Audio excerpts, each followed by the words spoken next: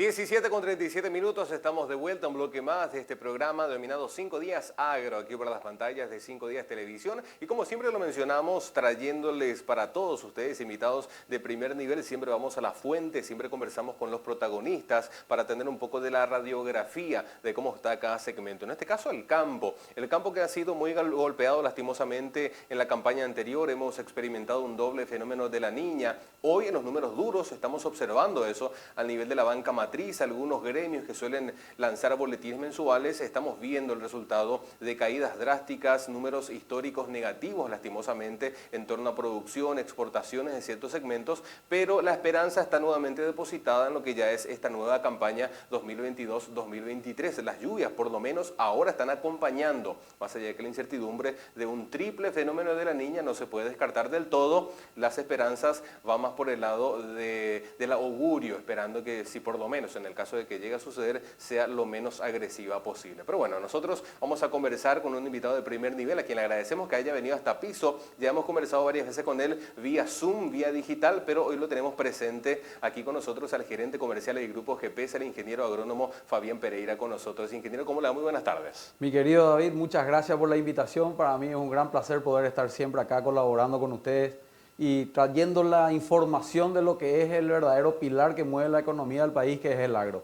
Un gusto tenerlo presente aquí, ingeniero. Ya lo hemos dicho con otros invitados también, que es diferente conversar por Zoom que hacerlo presencialmente. Así es que quizás el tinte varía, es un poco más amena la charla y podemos tocar puntos y expresarnos de mejor manera. Y por eso quiero preguntarle, ¿por qué elegir siempre conversar con el Grupo GPS? Porque es un grupo que tiene, digamos, acciones en todas las áreas del campo, está presente en todo, en la ganadería, en la agricultura, está conquistando el Chaco paraguayo. Entonces, ¿quién más que menos que el Grupo GPS para darnos un pantallazo de cómo hoy está el campo realmente, ¿no? Bueno, realmente el campo, como bien dijiste hace rato, David, fue afectado severamente por las últimas sequías, lo que hizo que el productor común se haya endeudado enormemente y que jamás pensó que iba a pasar por un fenómeno así de sequía tan drástico. Pero inclusive el efecto que tuvo esa sequía fue mucho más allá. Y hay ciertos factores que hasta ni se ven dentro del efecto de la sequía. Por ejemplo, muchos productores, en gran medida en Paraguay, son arrendatarios. Sí. Muchos de esos productores arrendatarios no pudieron cubrir ni siquiera el costo del arrendamiento de sus tierras, y lo cual afectó enormemente. Después, en segunda medida, le afectó el proceso de no poder pagar los insumos, que fue un duro golpe para el sector productivo porque genera una repercusión de intereses, y también fue un duro golpe para las empresas como nosotros, que también nos debemos porque tenemos que pagarle a nuestros proveedores de fuera. Sí. Y explicarle que el proceso fue tan drástico así no fue muy fácil. Y en tercera medida, y algo que no se ve a simple vista, es el proceso que el productor siempre está acostumbrado a cerrar de manera anticipada sus granos, tratando de buscar la mejor opción de precio. El productor sabe que cuando va a empezar su campaña, tiene un costo ya de producción y está tratando de agarrarse la mejor ola de precios de los granos. Y es así que va mirando un poco los mercados de Chicago, va buscando opciones de precio de lo que es para ponerlo en los principales puertos. Y acordate que el año antepasado veníamos con unos precios que estaban bastante deprimidos y estaban en torno a los $370 la tonelada. Y cuando el productor agrícola ve que comienza a tener un repunte importante y comienza a llegar a casi 450, casi el 70% de los productores agrícolas han procedido a cerrar unos volúmenes importantes. Y ni siquiera se imaginaba que iba a haber ese proceso de sequía. Sí. Entonces, una vez que él cierra, toma un compromiso de que tiene que entregar ese volumen de grano. Fue corriendo la zafra y no solamente afectó la falta de lluvia, sino que afectó el fuerte impacto de la luminosidad y los altos calores, que hacían que prácticamente llovía un poco y ese calor drástico, en vez de beneficiar esa lluvia, hacía que genere un proceso así de de pudrirle a la planta, porque era una humedad caliente y que descomponía el estado vegetativo de esa planta. Llegamos a cosecha, el productor se dio cuenta de que ni siquiera pudo, no solamente pudo pagar el arrendamiento, no pudo pagar los insumos, y para colmo otra vez se encontró con que tenía que salir a cubrir esa porción de grano que cerró anticipadamente. ¿Y qué pasó para darle el golpe final otra vez a todo al gran problema sequía generado? Es que como no hubo soja, los precios comenzaban a crecer a nivel mundial. Sí. Y el productor tomó un compromiso de entregar a $450 de tonelada, se fue 500, 550, 600, 650 inclusive. Sí. Lo cual la multinacional toma un grano a lo que está disponible en el momento y aplica al contrato que el productor cerró. Un productor que haya cerrado 1.000 toneladas anticipadamente a 450 no tuvo la soja y la multinacional tuvo que salir a comprar a 650 para aplicar a 250, perdió $200 por tonelada. En 1.000 toneladas son $200.000 de perjuicio que tuvo un productor. Así es que no solamente hubieron productores de 1.000, sino que hubieron productores de 2.000, 3.000, 5.000 toneladas, generando un perjuicio enorme en el sector que simplemente no se ve, porque es una situación que el productor se encontró sin el grano, la multinacional sale a comprar de donde haya disponible y aplica, le refinancia sí a 1 o 2 años, pero el efecto drástico fue muy fuerte. Impresionante. Y también las industrias acopiadoras, los procesadores, que hoy están todos parados. Acordate que Paraguay procesa o produce o comercializa casi más de 10,5 millones de toneladas. Sí. Y nos encontramos con una situación, industrializa casi el 40%, sí, entre 35 y 40%. Tuvimos justo solamente para cubrir esa porción de industrialización a nivel local. El resto prácticamente se perdió. Y no solamente que fue un déficit de producción, sino que también lo que hubo fue de muy mala calidad. Entonces prácticamente vos enviabas camiones de 30.000 kilos y lo que valía o lo que realmente era útil eran 10.000. O sea, casi 20.000 kilos eran descarte. Sí. Entonces el productor se encontraba en una situación terrible de preocupación. Como siempre digo, el productor está renovando su fe cada 120 días, o sea, cada 6 meses, o sea, cada nueva zafra. Sí. Al salir de esa zafra tan drástica de soja, empezamos una campaña soja safriña, sí, y una campaña de maíz safriña donde el productor de nuevo volvió a poner mucha fe, mucha esperanza en todo el cultivo. Y realmente vinieron muy buenas lluvias. Ahora, ¿qué pasa? No podemos casi cubrir los platos rotos que generó la soja, sí, con lo que se produjo con soja safriña y maíz safriña, porque la porción de siembra es muy inferior a lo que realmente es la campaña grande que te voy a decir, sí, que es la soja, la principal. Y así fue que se tuvieron rendimientos importantes de maíz, los promedios fueron en torno a los 4.000 kilos, tampoco fue lo máximo, pero ayudó mucho que haya un muy buen maíz, especialmente en la zona de San Pedro, donde se produce mucho. Hubo repercusiones de problemas de calidad en la región sur por los excesos de agua, de mucha lluvia. También causó un problema que se llama giberela, que también le afecta a la calidad del grano. Y lo que sí, bueno, y a eso, para terminar con el maíz, también lo que hizo fue que tenga un muy buen nivel de precio. Claro. Lo cual hoy el productor prácticamente con 2.800 o 3.000 kilos por hectárea pagaba su costo de producción. Y ese 1.000 que le salió de exceso, ya te voy a decir, fuera del punto de equilibrio, ayudó a aplicar de cierta manera a su deuda de soja. Y lo que fue la soja safriña, una soja que vino bien, regularmente bien, nos encontramos con altísimos rendimientos en un momento casi inesperado, después se fue nivelando con la soja que vino más tarde y tuvimos un promedio casi de 2.800 kilos por hectárea, o sea, fue una muy buena soja safriña. Pero volvemos otra vez al inicio, la zafra principal son 3.600.000 hectáreas, la soja safriña son 500.000. Claro. No podemos cambiar la ficha así simplemente para decir, esta soja safriña va a pagar los platos rotos que generó la soja zafra.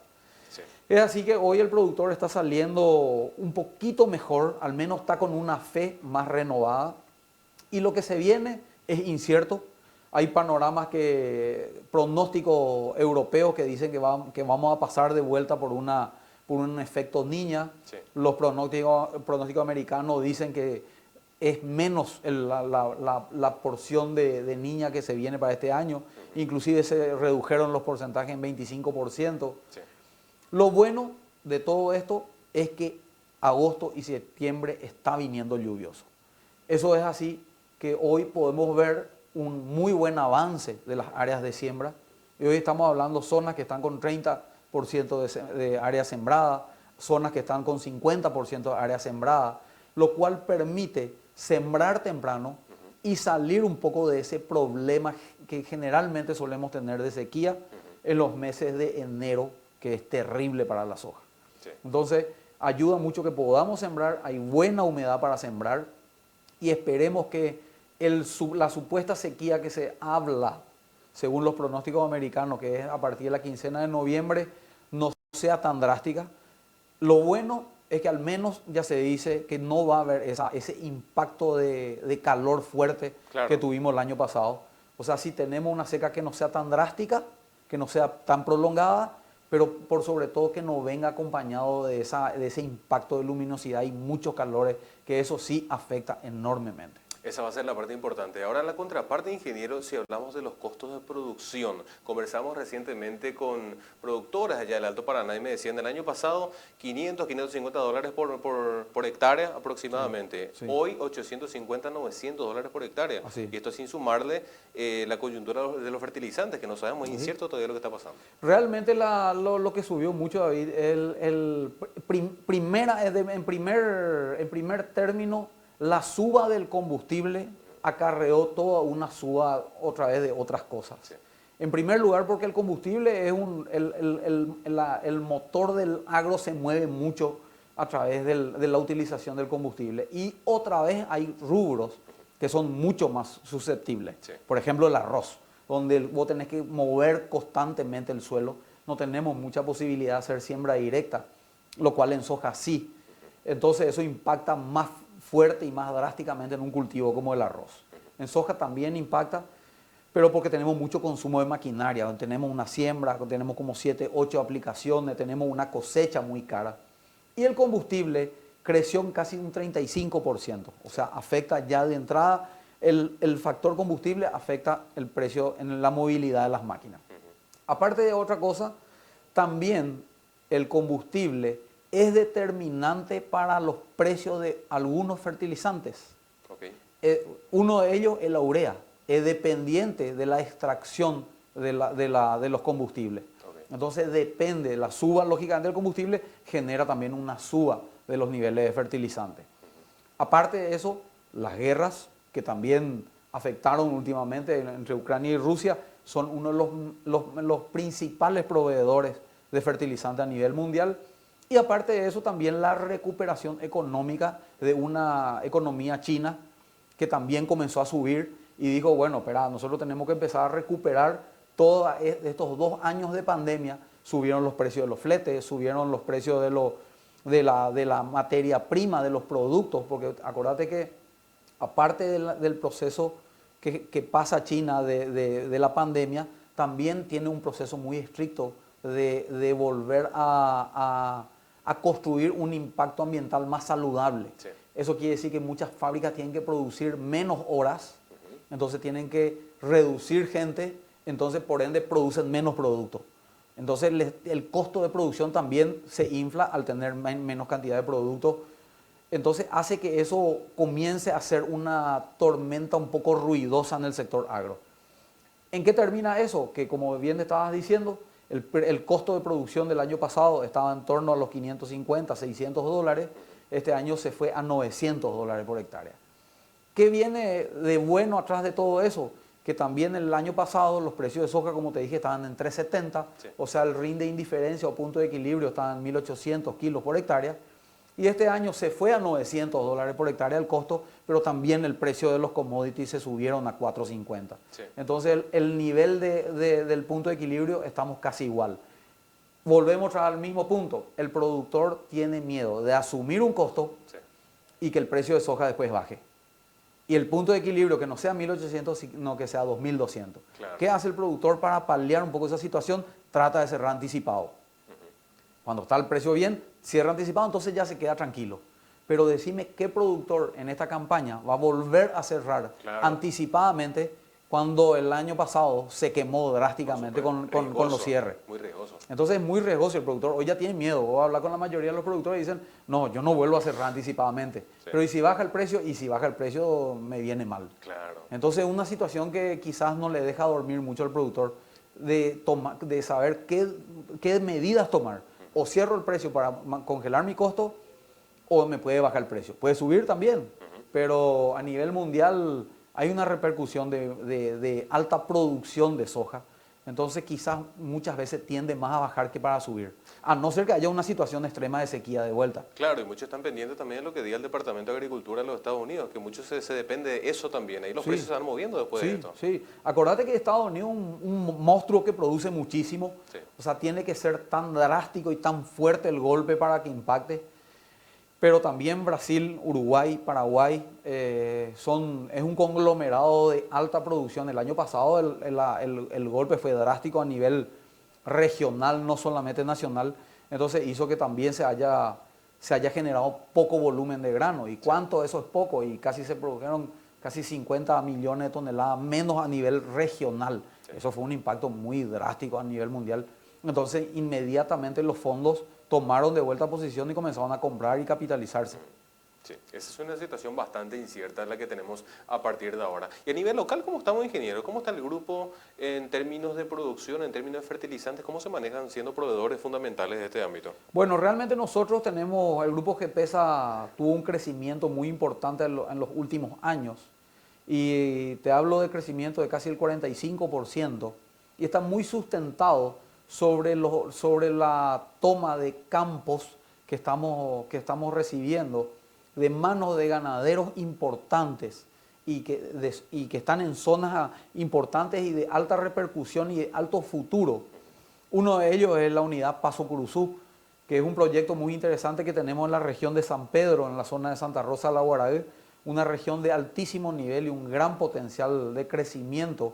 Primero porque tenemos mucha área, tenemos mucha mano de obra, tenemos puntos importantes de entrega de grano, pero por sobre todo tenemos el río y un puerto, Antequera, disponible para poder ser la ventana de salida de todos los granos. Entonces hay una zona que tiene un amplio crecimiento y un potencial enorme. Después tenemos una unidad como la estancia Golondrina en la región de Campo Morumbí, que también estamos desarrollando.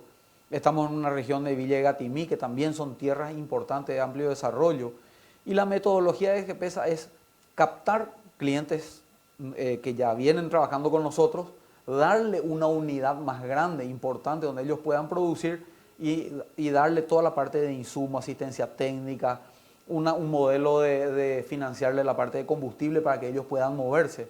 Pero por sobre todo, lo último que hemos innovado fue poner una plataforma de monitoreo satelital para que el productor se vuelva más empresarial y que no esté recorriendo sus fincas o sus campos o sus áreas, recorriendo, buscando orugas, chinches, enfermedades.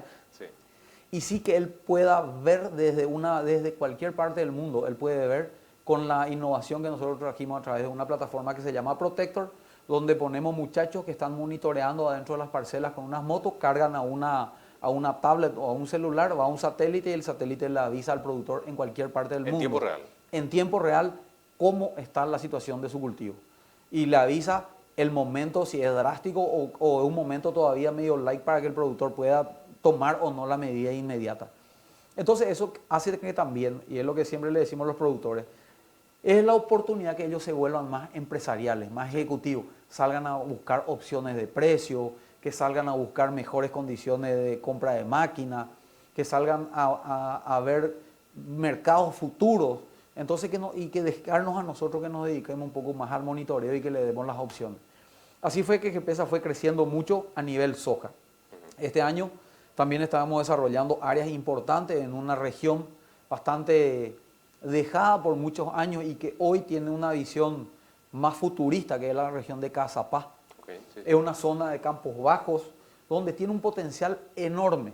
Solamente que hay que sistematizar un poco los campos canalizando para que no se quede agua o para cuando viene una lluvia fuerte pueda correr rápidamente. Son campos de mucho potencial donde hay que invertir en calcareado para mejorar el nivel de fertilidad del suelo. Y creo que Cazapá va a ser una región de mucho futuro. Y después el Chaco. El Chaco, sí. El Chaco con un potencial enorme. Acabo de venir un viaje, me tocó un viaje con la gente de Singenta, estuve una semana por Suiza y casualmente me toca un grupo fabuloso, los mayores productores de algodón del mundo, todos brasileños. Y comenzamos a hablar y le digo, ¿cuántas hectáreas tenés vos y cuántas vos tenés vos? Y así comenzamos a hacer unas conversaciones, tuvimos una semana con todos ellos y me encuentro con productores que plantaban 500.000 hectáreas. Impresionante. Y yo nunca me imaginé tenerle o nunca dimensioné tener 500.000 hectáreas un solo productor. Entonces, y comenzamos a hablar un poco sobre las opciones y todo lo que hay. Y me dicen que ellos están muy concentrados en la región de Mato Grosso do Sul, están concentrados en Bahía por los bajos niveles de lluvia. Pero por sobre todo innovaron en el algodón para tratar de mitigar un poco el efecto de los nemátodos que estaban consumiendo las raíces de la soja. Entonces, para rotar, ellos entraron en un cultivo de algodón. Hoy, Brasil produce 1.800.000 hectáreas de algodón. Tiene un promedio de producción de casi 4.000 kilos por hectárea. Tiene un nivel de inversión bastante importante, lo cual su punto de equilibrio es de 3.000 kilos. Y en Paraguay, cuando yo le comienzo a contar todo el potencial del Chaco, le digo, porque ellos me comienzan a preguntar dónde se puede hacer. Le digo, el Chaco paraguayo, ese es el lugar donde tiene el potencial enorme. ¿Y cuál es la verdadera ventaja? La fertilidad de los suelos. Mostrame el análisis, le muestro el análisis a este grupo de consultores y productores. Se volvieron locos. Me dice, esto es tierra fértil, lo único que falta es que llueva. Claro. Entonces, el algodón es un cultivo que perfectamente se adecua a bajos niveles de lluvia. Y como muestra, solo falta es un botón para poder mostrar un poco el verdadero rendimiento. En el Chaco hoy tenemos un productor que se llama Henry Clover, que con 220 milímetros de lluvia, él está sacando arriba de 3.000 kilos por hectárea.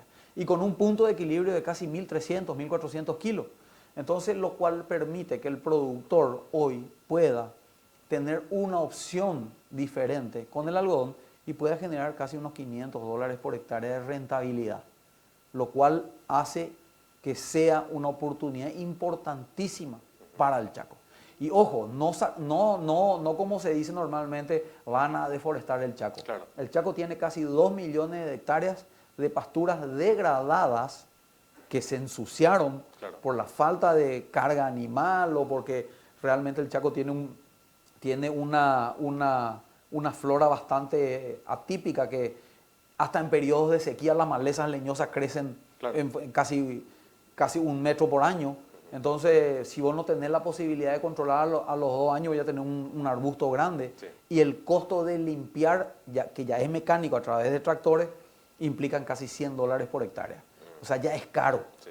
Hoy, una agricultura como el algodón permite que constantemente esa tierra sea mecanizada y permita un poco que esas malezas leñosas no vengan a desarrollarse tan fuerte como viene siendo hoy sin un uso agrícola.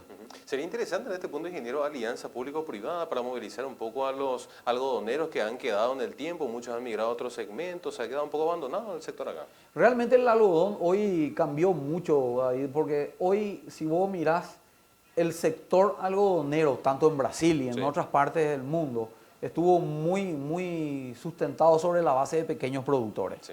Porque era una mano de obra más manual, vos cosechabas a mano y era más fácil. Y era una fuente de que los gobiernos también incentivaban para que se produzca algodón y darle un recurso o un trabajo a los pequeños productores. Hoy el cultivo de algodón cambió a un nivel de tecnificación impresionante. Hoy tenemos unas cosechadoras que son bastante importantes, sale casi $1,5 millones cada una. Se fabrican muy pocas en el mundo y es una cosechadora que saca fardos de casi 1.000 kilos. Va cosechando y succiona el algodón.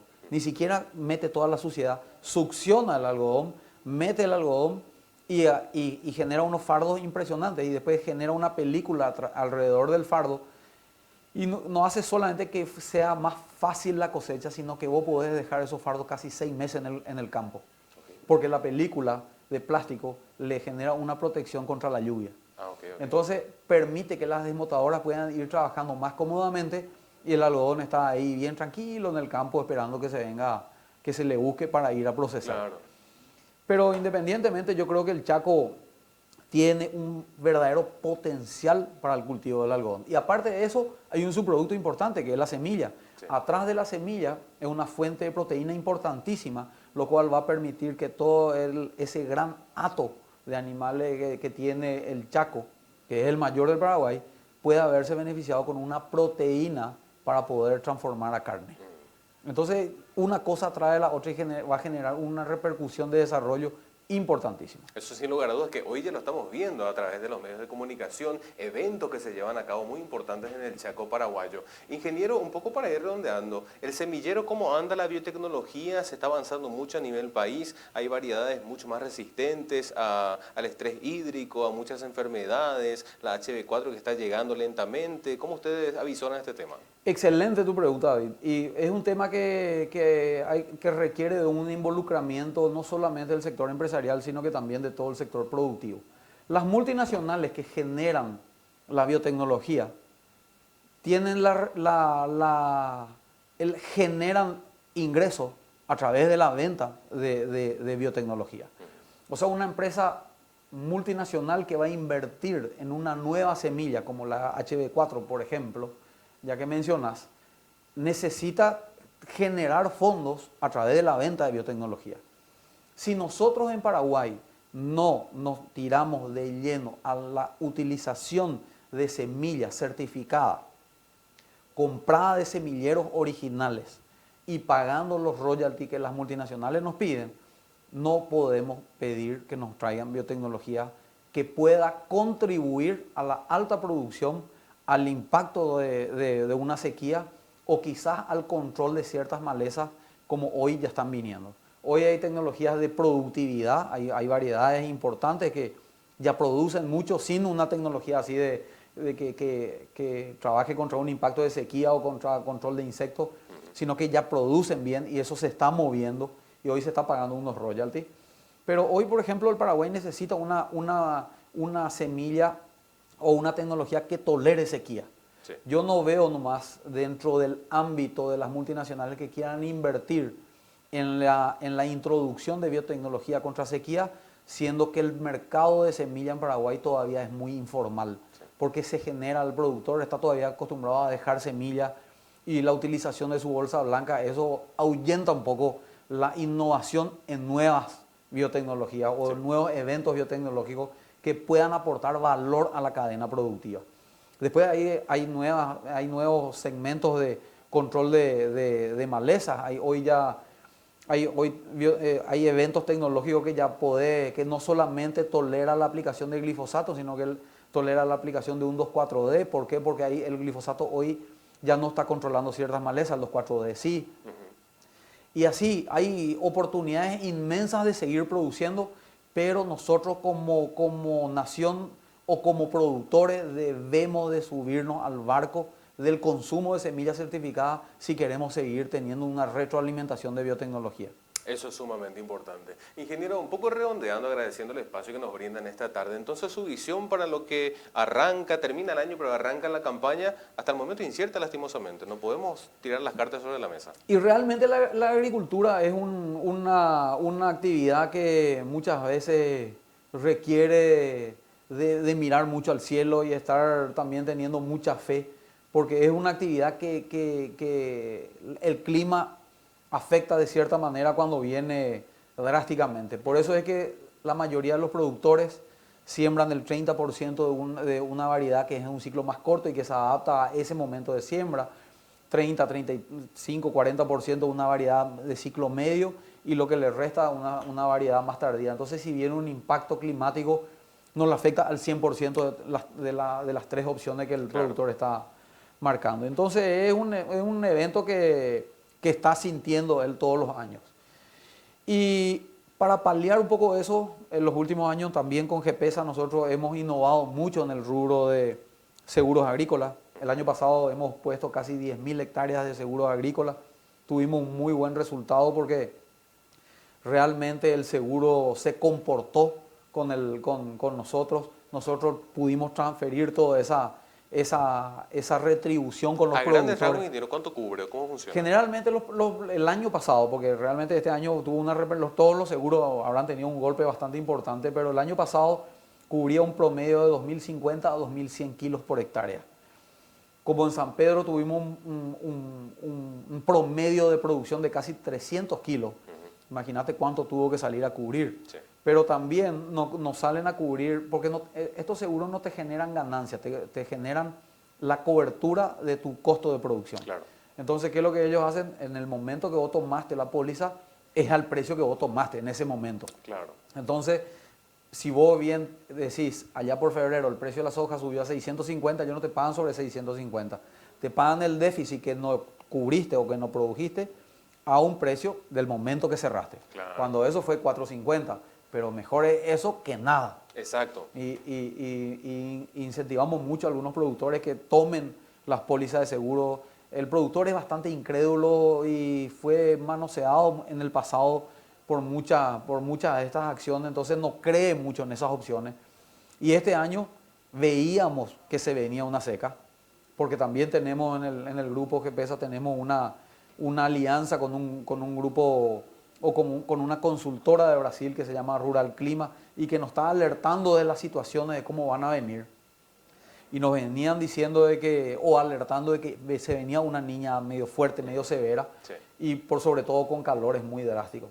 Veníamos diciéndole a la gente, algunos pusieron, otros no, y hoy los que no pusieron realmente se sienten un poco golpeados y dolidos por no haber tomado la opción. Para este año hemos puesto de vuelta, solamente que tuvimos que tomar una póliza muy diferente a lo que fue el año pasado, porque este año había pocas opciones. No, quizá las empresas tradicionales hoy no tienen algún seguro agrícola para hacer cobertura, entonces simplemente los productores están con el miedo y colapsaron llamando los seguros, dijeron no tenemos. Y en este tema de los seguros se compra casi un año antes. O sea, vos cuando, por más de que tenga, el cupo es muy corto. ¿Por qué? Porque el año pasado ciertas compañías compraron para no más de 100.000 hectáreas, porque tampoco no pueden saber ellos cuál va a ser el impacto de una sequía dentro de un año. Claro. Entonces ellos compraron seguros o pólizas para venderle a los productores por casi 100.000 hectáreas. Resulta que muchos tomaron opciones y vendieron todo. Este año, o sea, el año pasado, cuando salieron a querer vender de vuelta, le dijeron no hay cobertura por el impacto que tuvimos. Sí.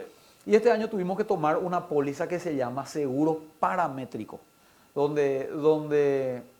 y tomamos casi en unas 20.000 hectáreas, hemos tomado un seguro que se llama paramétrico, donde te cubre si el efecto es excesivamente drástico. Okay. O sea, si el efecto, si viene una sequía así de produce 1.200 kilos por hectárea, no te cubre.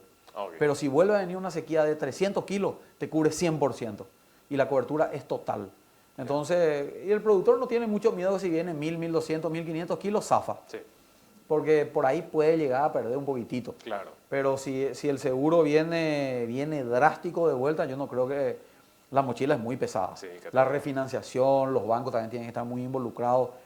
Y la mochila es pesada para las empresas como nosotros, es pesada para los bancos, para todo el sistema financiero y para los productores, ni qué hablar. Sin lugar a dudas, y nos queda seguir trabajando más que nada. Ingeniero, agradecerle realmente por su visita aquí en 5 Días Televisión, muy amena la charla, importantísimo este pantallazo que nos da acerca del campo, desearle muchos éxitos a usted, a todo el grupo GEPESA, como yo siempre digo, esperando que nos sea la última entrevista. No, por favor, es un gran placer para nosotros estar siempre presentes acá, mostrar el gran crecimiento que tuvimos en los últimos años, una gran empresa, pero por sobre todo, como me gusta decir, una empresa nacional, una empresa que lleva la bandera de la producción y el trabajo a cada uno de los lugares donde nos vamos, y esperamos que mucha gente se sume a este barco de la producción y que podamos seguir construyendo esta gran nación a través de la agricultura, que es el verdadero motor que mueve la economía del país. Muchas gracias a ustedes por estar colaborando siempre.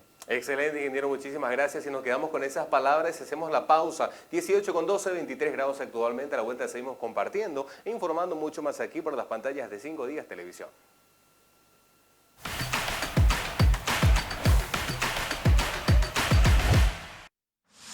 Grandes beneficios en Farmaoliva con Banco Continental.